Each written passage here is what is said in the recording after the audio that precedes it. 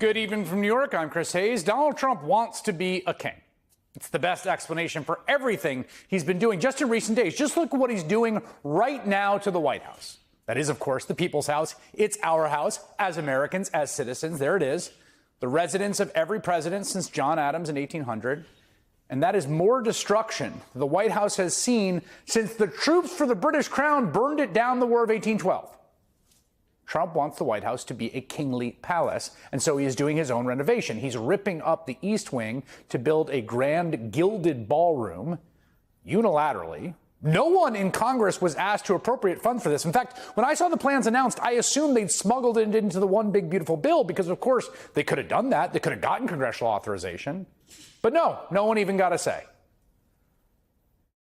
We are going to make and build a ballroom, which they've wanted for probably 100 years at the White House, and it'll be a world-class, beautiful ballroom. For 150 years, presidents, administrations, and White House staff have longed for a large event space on the White House complex that can hold substantially more guests than currently allowed. This is going to be one of the best anywhere in the world. There won't be anything like it, actually.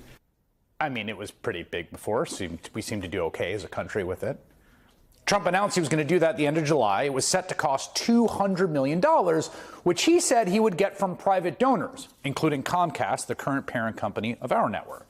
Now, the cost has already swelled to $250 million. And by the way, no one talks about this when they report on this, but I just have to point out, there's a law in the books. It's from the 19th century. It's been updated multiple times. It's called the Anti-Deficiency Act, and it very expressly forbids spending money on government projects that have not been appropriated by Congress.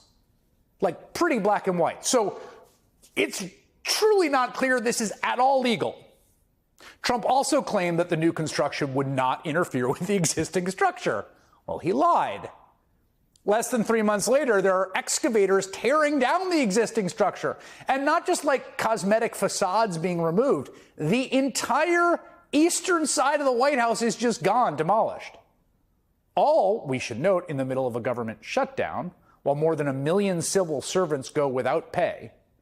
But presumably the person operating the backhoe is getting paid, because Trump can apparently hit up his donors to bankroll the demolition of the literal edifice of our democratic government. In this latest image from the Washington Post, you can see the entire eastern side of the White House is just gone. Most of the East Wing. Why? Because that's what he wants to do. You probably hear the beautiful sound of construction to the back. You hear that sound? Oh, that's music to my ears. I love that sound. Other people don't like it. I love it, Josh. I think when I hear that sound, it reminds me of money. Yeah, it reminds you of money, right? Who is paying for it, after all? Are we sure all that money is going to be tracked carefully? This is, of course, how a monarch acts, right? And this is just one small but very illustrative example that absolutely pales next to Trump's most kingly urges, like, for instance, and this is not hyperbolic, the urge to kill anyone he wants, anywhere, anytime.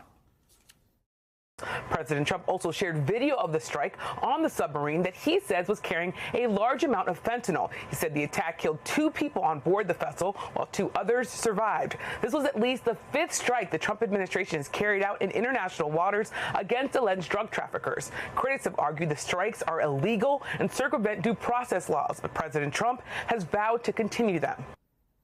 Those killings are illegal. I mean, absent some new information, absent some new legal rationale, based on everything we do know, they're illegal. But again, don't take it from me, take it from this conservative Republican senator.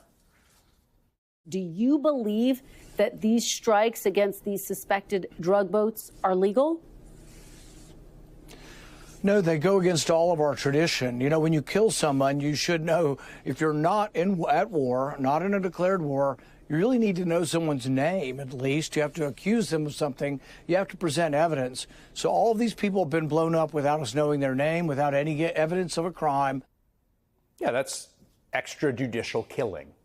Now, there's lots of new developments in this story. We're going to be discussing them later in the show with Senator Mark Kelly. One of the big developments in that story is that the president of Colombia is now accusing Trump of murdering a fisherman from his country in one of those strikes last month. And Trump's response was saying he would cut aid and impose new tariffs on Colombian imports. punishing critics of his extrajudicial killings with a new kingly tariff, not authorized by Congress, just because he wants to slap it on. Then, of course, there's Trump's use of his pardon power. Now, that's one of the presidential powers in the U.S. Constitution that is quite literally derived from the king's privileges. And actually, there was a really fascinating debate at the time of the founding about it, with many founding fathers worried it might be abused by a corrupt, tyrannical president. This week, Trump used that vast power in the middle of his term to commute the sentence of convicted fraudster and former Republican Congressman George Santos. Trump loves his ability to pardon people because it is the closest thing in the American Constitution to a kingly power.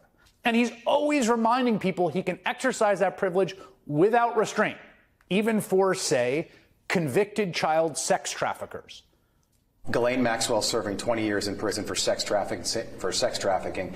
Is clemency on the table for her in exchange for testimony? I'm allowed to do it, but nobody's asked me to do it. I know nothing about it. I don't know anything about the case, but I know I have the right to do it. I have the right to give pardons. Now, we all saw how Trump unilaterally pardoned every January 6th insurrectionist, even the ones who assaulted cops, who beat their brains in, right? Even though people close to Trump, including Vice President J.D. Vance, said, of course, there should be no clemency for violent insurrectionists, just like a day or two before he granted that exact clemency. Get this. Today, we learned that one of those January 6 rioters that Trump pardoned, seen here rifling through Senator Ted Cruz's desk, has been arrested for threatening to assassinate Congressman Hakeem Jeffries, the Democratic House Minority Leader. And Trump is still demanding restitution for one of those people who were charged for their role in January 6th, himself. You're really not going to believe this one, and you haven't encountered it yet today, but I'll read from the New York Times. Here we go. President Trump is demanding that the Justice Department pay him about $230 million in compensation for the federal investigations into him, according to people familiar with the matter, who added that any settlement might ultimately be approved by senior department officials who defended him or those in his orbit. The situation has no parallel in American history, as Trump, a presidential candidate, was pursued by federal law enforcement and eventually won election, taking over the very government that must now review his claims. Trump was charged with 4 felonies in connection with his attempt to overthrow the government. He used his vast wealth to keep the courts busy, to draw proceedings out so he never faced justice, and then his hand-picked and appointed justices delivered him immunity, and it worked. He walked free, he got elected, and now he wants to be repaid out of the U.S. Treasury, out of our collective money for that. You cannot put a price on vanity, unless, of course, you are King Donald. And that is why 7 million people took to the streets last weekend in more than 2,500 communities with this very simple, straightforward message: no kings. There aren't many messages more fundamentally American than that one. It is at the bedrock of our founding, which is why MAGA tried so hard to paint this mass movement as anti-American and radical. Republicans are trying in vain to push this obviously absurd distortion because they desperately want people not to look at what Trump is doing day in, day out. Acting like a king, posting AI videos of himself as a king using a fighter jet to defecate on his subjects. There is no mystery to decipher here. No coded messages or dog whistles. You don't need some graduate degree in semiotics. Donald Trump wants to be the king of you and tell you what to do and control your life. And he's building his kingly court right now.